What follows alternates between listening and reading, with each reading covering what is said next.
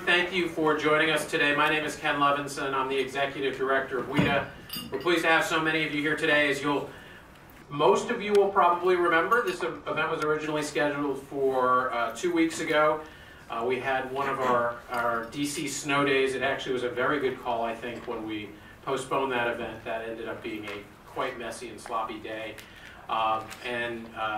Really grateful to all our panelists for in both our panels getting back to us really quickly and efficiently to come up with a new date that the 5 people on this panel now, and then that we have a second panel of private sector perspectives, all of them were able to come back and do the event on the new date. So we're really grateful to all of you. It is a beautiful and cold day here in DC, but thank you for being here. This event has been, as you all know, in the works for a long time. We're really excited. We have a terrific group of people speaking and giving perspectives on this incredibly vibrant and interesting area in world trade right now, where the United States is engaging in obviously trade discussions with China, with Japan, and has trade relationships, free trade relationships with a number of the countries. I think all the countries on this panel, actually, a number of whom are also members of CPTPP. I keep working on that acronym, not calling it the TPP-11. And those who want to join. Special shout out, WITA, thanks to Han Ku-yu, who is here today. He is leaving. He found out last week that he's been promoted to be the Deputy Trade Minister of Korea. So congratulations. He is going to be leaving this week, very quick turnaround. I think this might be one of his, probably his last public forum. We're very grateful to have you. We know the amazing and incredible work you've done over the past 18 months here, I think it is, in DC, on these incredibly important issues dealing with steel and Chorus and 232 and all these very important issues in the U.S.-Korea trade relationship. So thank you, and thank you for being here today. Also very grateful to Doug Bell, who has, many of you know and have worked with for many, many years. In his years in government, has only just left, was the last gig Treasury, I think, in just last month, was it, that you left, and has joined the private sector with Ernst & Young, who's also a really great partner with WITA. So we're grateful to have you, Doug. Thanks to all of you for joining us today. I'll turn it over to Doug. You have a hand mic you'll be able to use and pass, and there's one here for the speakers. All right, well, thank you, Ken. Welcome, everybody. I think we're going to have a great session, this panel, and I'm sure for the second one as well. So I think Ken did a marvelous job of structuring this, because I think, on our panel today, we have a group of countries that really represent a lot of what's going right in Asia. Asia, of course, is it's not monolithic, lots of developments across, but I think the countries that we have here today, they're operating to an affirmative trade agenda. They're influential in terms of where the trading regime in Asia is going, and I think it's important to note what it's not only what they're doing, but what's not happening. So there's a pushing towards globalization, not seeing some of the kind of trade policy instability that we see in some other parts of the world. So. I think one of the things we want to do today is a couple. One, obviously Ken mentioned some of the things that are going on vis-a-vis the United States, and understanding how these countries are kind of navigating those issues as it touches upon them in the region. But also understand what are the things that they're operating. It's not all just about the United States, but what they're doing in terms of the region and their countries, and kind of the regional architecture that they're building. So let's introduce our panelists. Elizabeth, if you'd like to start, introduce yourself, and we'll go. Asking the moderator to give up his mic, I want to retain that. We'll let Elizabeth, Andrea, and we'll go down the list. Everyone can introduce themselves, and then we'll get to the topics themselves. Thanks very much, Doug, and thank you very much, Ken, for putting on this event. It's easy to think that Asia doesn't exist when you're here on the east coast of the United States sometimes. So I welcome this focus on Asia. I'm Elizabeth Bowes. I'm Minister Councillor Trade at the Australian Embassy. I've been here for 2.5 years and seen some changes in trade policy in that time. Thanks, Elizabeth and Doug. Hi everyone, I'm Andrea Phua. I'm the Economic Councillor with the Singapore Embassy. I've been here for over a year and it's been a really interesting time. Prior to that, I was the Deputy Chief Negotiator for the TPP on the Singapore side. Thank you, Andrea. Thank you, Doug. And thank you, WITA, for this kind of invitation. I'm Matias Pinto. I'm head of the Economic Department on the Embassy of Chile. I used to be a negotiator of TPP on the environmental charter, and before that I worked as a consultant on the Green Climate Fund. I've only been posted here for 4 months now. Good morning. Thanks to generous introduction by Ken, I don't have to repeat myself. I've been serving here for 18 months, and then actually today is my last day, and I'm leaving tomorrow. So it's a very honorable way of concluding my days in Washington, D.C. Thank you. All right, well, great. Well, I think what we're going to do today is we'll structure the conversation in 3 parts. First, we'll start talking about that trade regime in the Pacific. So the CPTPP, the various initiative, RCEP, et cetera, that's going on. Second area, we'll talk about what sort of challenges are being presented for the region and the countries from the disputes that China and the United States are working to resolve. And then lastly, we want to touch upon the multilateral system and where's the WTO and get the perspective of the countries in the region and kind of what they see are appropriate directions for that organization. So let's turn to our first topic, and for those, this is a good, this is going to be a test at some point for you trade geeks out there on trivia, but there were 4 countries that started off in the Trans-Pacific Strategic Economic Partnership. And remember that, because that was the precursor to the TPP, which is the precursor to the CPTPP. And one of the big flag carriers through all that process was Singapore. So I'm going to ask Andrea to start us off. Talk to us a little bit about, we now have the CPP has been ratified, it's gone into force with 7 countries. What does that mean for the region? And why don't we start there? And then to the extent you can also make a comment on what does it mean for Singapore specifically? Sure. So for those of you who don't know, and I don't think that many of you, but the CPTPP entered into force on the 30th of December last year with 6 countries, Mexico, Japan, Singapore, New Zealand, Australia, and Canada, and entered into force for Vietnam 2 weeks later in January. And this really, for us, I think, is a strong signal of the region's commitment to greater trade liberalization.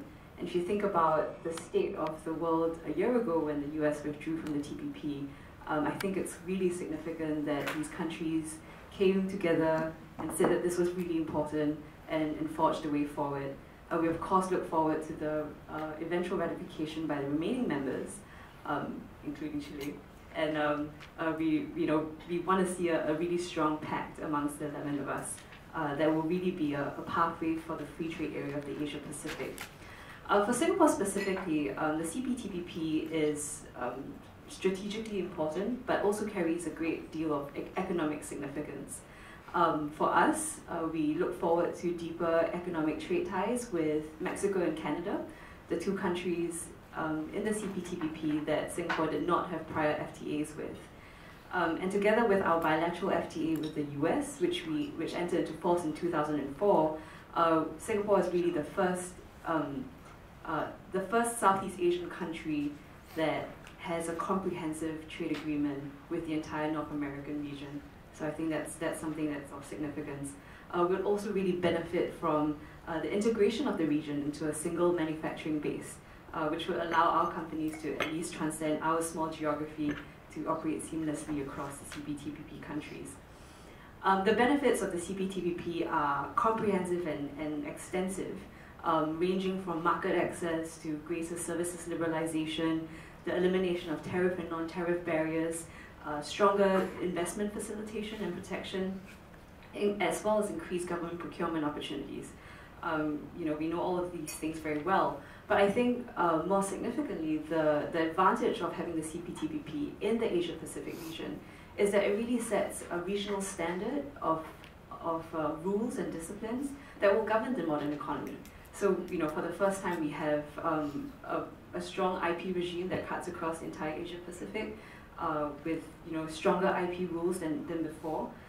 The digital economy, we now allow for the free flow of cross-border data flows, and we prohibit data localization, two very strong rules that matter a great deal to businesses.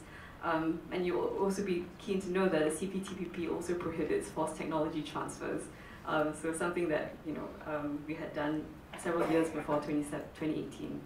And finally, I think it's an important agreement from the perspective that it allows for SMEs that form the major bulk of all of our economies to participate in the global economy. So there are quite a number of provisions within the CPTPP that builds in greater transparency, greater information sharing, more capacity building to allow our small and medium enterprises to participate. I'll stop here.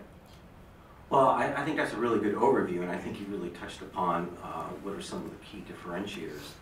A couple weeks ago, WITA hosted an event on the digital economy, and one of the points made there was with the CPTPP, it's actually the only agreement in force that actually has a digital economy chapter, or e-commerce, I think it's referred to there. Matthias is kind of also a charter member of the agreement. I wonder if you could kind of comment on how you see the evolution, and maybe talk to kind of where you see it going, both in terms of membership and the accession process. Is it sort of too early to be thinking about that, or what's sort of the internal dialogue that's taking place of where the agreement goes? Thank you for that question. Well, like everybody knows, Chile is the champion of the free trade agreement. We have 26 FTA with 64 economy, 14 within the Asia-Pacific region, represented at least 2/3 of the global population, 4/5 of the global GDP. So a free trade agreement and open market is part of our core strategy for becoming a developed country. If you take that into consideration, Chile's position is that CPTPP was designed to be an open and inclusive agreement.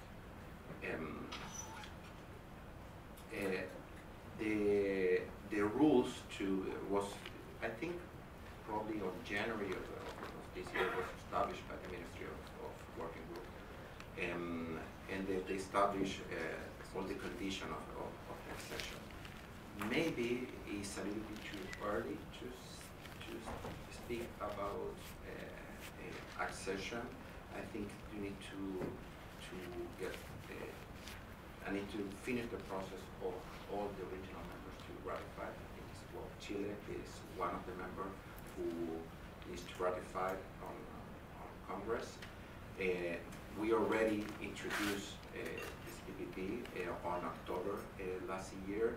On Thursday, next Thursday, will be discussed on the Finance Committee on the House of Representatives, and we're hoping that it will be approved on late March this year. So all the political will of this government is going toward the ratification of this agreement. So you make a good point about it would be helpful to have all the members in first before we start thinking about this session. But as we know, trade agreements, it's a long game. Hanku, I wonder if you could comment. South Korea's expressed some interest in the TPP, and maybe if you could just inform us a little bit of how Korea is thinking about that and what you see as the opportunities. Sure. Korea is a very good example of country which thrived on open trade and investment. We have 15 FTAs with 52 countries, and we are actually one of the rare countries which have FTAs with 3 biggest economies in the world: United States, European Union, and China. So TPP is, we consider it very, very important for the regional integration and then also geopolitical aspect as well. So actually we had expressed our interest in TPP in November 2013 already, but at that time I think TPP countries were heading towards the kind of concluding sort of a long runway, but yes. Yeah. But even after that, 2 more years. Exactly. But so actually now Korea is outside TPP. Actually, with among 11 member countries, we have FTAs with 9 countries except for Japan and Mexico. So right now, also the US left. So and then we just finished the amendment process of Colos FTA with the new administration in the US. So now we are internally kind of reviewing, the pros and cons of entering into TPP. But actually, I want to make one point from like outsiders' point of view, which is that we believe that TPP should be, should aim to be kind of open and inclusive platform, kind of really overarching pan-Asia Pacific, rather than more kind of exclusive, the league of their own. Right? So I think recently the new rules on the succession process was released, and then I agree that it's too early to tell. In the end, all this kind of accession negotiation will decide the specific terms of this entrance. But I think there is a debate whether that accession, the language on the accession, rule is too strict for newcoming countries or not. So I think it's too early to judge the strictness of the accession process. But I think for the benefit of TPP member countries and also for the region as a whole, we believe that TPP, CPTPP would serve best when they remain as a very open, inclusive platform. Thank you. Well, sounds like a future vice minister laying out kind of some negotiating positions there. Elizabeth, why don't I give you the last word on this topic, and then we can move on. Thanks, Doug, and I think I'm the only one on the panel who is not a TPP negotiator. My area is trade law more generally. But I open my comments by welcoming the focus on Asia. And as I said, it's sometimes easy to forget that Asia is the fastest growing region in the world. It is the most dynamic region in the world. And by some estimates, we'll have a middle class of about 3.5 billion by 2030. So with such rapid transformation, there is always the risk of an impact on stability, and stability that has underpinned economic growth and prosperity in the region. So that's one reason why Australia is so committed to further regional economic integration, such as through the CPTPP and ASEAN, which I think we'll come to really underpin economic prosperity, as Andrew said, to drive trade liberalisation in the region, and to ensure what is a key priority for the Australian government, a rules-based system that will govern the economic interaction of countries in the region. So for us, yes, the TPP has some significant market access outcomes, including with countries with whom we haven't got a bilateral FTA, but the strategic importance of this agreement and the framework, the sophisticated framework of rules that it represents is really paramount, and one reason why Australia was instrumental in pushing for CPTPP to move ahead after the US withdrawal. You know, I think that's really a kind of an interesting way to think about it in terms of, you know, not just the economics, but also the strategic value. And I think everyone seems to, I think all of our panelists have sort of made that point that it's not just the economics, but it's the, you know, rule of law, rules-based trading system. So there's also, we have another plurilateral effort going on in the region, RCEP. So we sort of, sometimes you hear about it, at least in the United States, sometimes you don't. It's sort of kind of percolating along. Maybe you could, maybe Elizabeth, since you raised it, maybe you could just kind of, your sense of, you know, how that is going. You know, you have a sort of a more diverse set of participants, particularly you have India, and you know, its orientation towards trade in the group. Why don't you just kind of comment on that and where you see it, sort of where it is and where you see it going? No, Andrea mentioned CPTPP as one pathway to a free trade area of the Pacific, and for us, RCEP is another pathway or complementary pathway. Its membership is different. It includes LDCs as well as major economies, very major economies in the region. For us, though, we see it as representing, once again, some market access, but also some strategic outcomes. So its membership, we have 14 members with whom we have FTAs, one we don't, India. So there are some market access outcomes to be gained. We have seen a pickup in negotiations, and we think there's a very realistic possibility of substantial conclusion by the end of this year. And if I might give a shout out to Singapore, it was really under Singapore's ASEAN chairmanship last year that I think the negotiations really picked up, and we now have a substantive conclusion on, I think, 7 chapters. Market access will continue to be a key challenge, and that includes between those countries that don't already have free trade agreements amongst themselves, notably, for example, China and India. So that will be a key. So there are some challenges, but nevertheless we see real prospects of some conclusion by the end of this year. It will not be the same standards as CPTPP, and I go back to my original point. There's a different membership, and you've pointed that out as well, Doug. But nevertheless, there will be some very positive outcomes, WTO plus outcomes, we believe, on areas such as e-commerce and investment. And it represents another way of drawing in the region into that rules-based trading system, which is very complementary, that provides predictability and stability for the region.